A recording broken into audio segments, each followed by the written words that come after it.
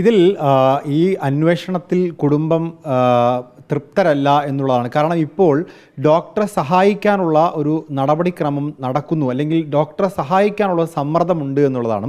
കാരണം ഈ സർക്കാർ ഡോക്ടർമാരുടെ സംഘടനകൾ മെഡിക്കൽ കോളേജ് സൂപ്രണ്ടിന് കൊടുത്തിരിക്കുന്ന റിപ്പോർട്ടും അതുപോലെ തന്നെ അവരിറക്കിയ വാർത്താക്കുറിപ്പുമൊക്കെ ഈ സംഭവത്തിൽ ഒരു ഗുരുതരമായ പിഴവ് സംഭവിച്ചിട്ടില്ല എന്നുള്ളതാണ്. മാത്രമല്ല ഈ കുട്ടിക്ക് നാവിന് കുഴപ്പമുണ്ടായിരുന്നു, അതുകൊണ്ട് ശസ്ത്രക്രിയ നടത്തിയത് കുടുംബത്തിനെന്തോ ഗുണം കിട്ടിയ പോലെയാണ് ഡോക്ടർമാരുടെ വാദം എന്ന് പറയുന്നത്. ഇപ്പോൾ ഈ പെൺകുട്ടിയുടെ ഉമ്മ നമുക്കൊപ്പം ഉണ്ട്.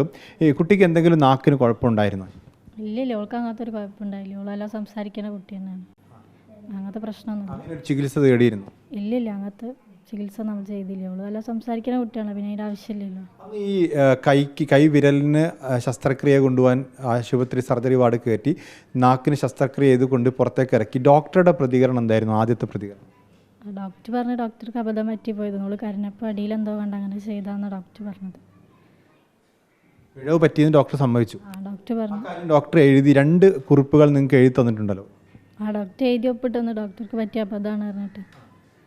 മേലിൽ ഈ കുട്ടിക്ക് എന്തെങ്കിലും സംഭവിച്ചാൽ, കുട്ടിയുടെ നാക്കിൻ്റെ ഈ ശസ്ത്രക്രിയ കൊണ്ട് എന്തെങ്കിലും ആരോഗ്യ പ്രശ്നം ഉണ്ടായാൽ അത് ഡോക്ടർ കൈകാര്യം ചെയ്യുമെന്നും പറഞ്ഞിട്ടുണ്ട്.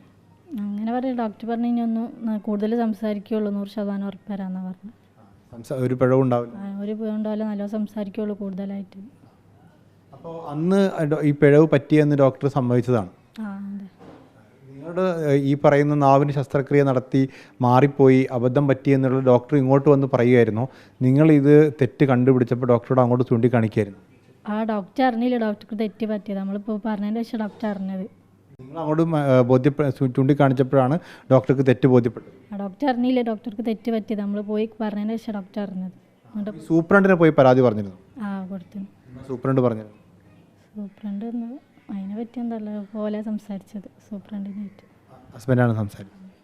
അപ്പോൾ ഇത് ഡോക്ടർമാരുടെ ഭാഗത്തുനിന്ന് അന്ന് തന്നെ ഈ സൂപ്രണ്ടാണെങ്കിലും അതുപോലെ തന്നെ ശസ്ത്രക്രിയ നടത്തിയ ഡോക്ടറാണെങ്കിലും അന്ന് തെറ്റു പറ്റിയെന്ന് സമ്മതിക്കുകയും അതിക്കാര്യം എഴുതി കൊടുക്കുകയും ചെയ്തിട്ടുള്ളതാണ്. പക്ഷേ ഇപ്പോൾ നേരെ തിരിച്ചുള്ളൊരു നിലപാടിലേക്ക് ഡോക്ടർമാർ എത്തുകയും ഈ ഒരു തെറ്റും സംഭവിച്ചിട്ടില്ല, ഒരു ശസ്ത്രക്രിയ ആവശ്യമായിരുന്ന ചെയ്തു എന്ന മട്ടിലുള്ള നരേഷൻസാണ് ഇപ്പോൾ വന്നുകൊണ്ടിരിക്കുന്നത്. അതിനെതിരെയാണ് കുടുംബം രംഗത്തെത്തുന്നത്. സ്വാഭാവികമായിട്ടും ഇതിനെതിരെ കേസുമായി മുന്നോട്ട് പോകാൻ തന്നെയാണ് കുടുംബത്തിൻ്റെ തീരുമാനം. പോലീസ് വീട്ടിലെത്തി ഈ കുട്ടിയുടെ മാതാപിതാക്കളുടെ മൊഴിയെടുത്തിരുന്നു. മാത്രമല്ല കമ്മീഷൻ ഓഫീസിൽ പോയി ഇവർ പരാതിപ്പെട്ടിട്ടുണ്ട്.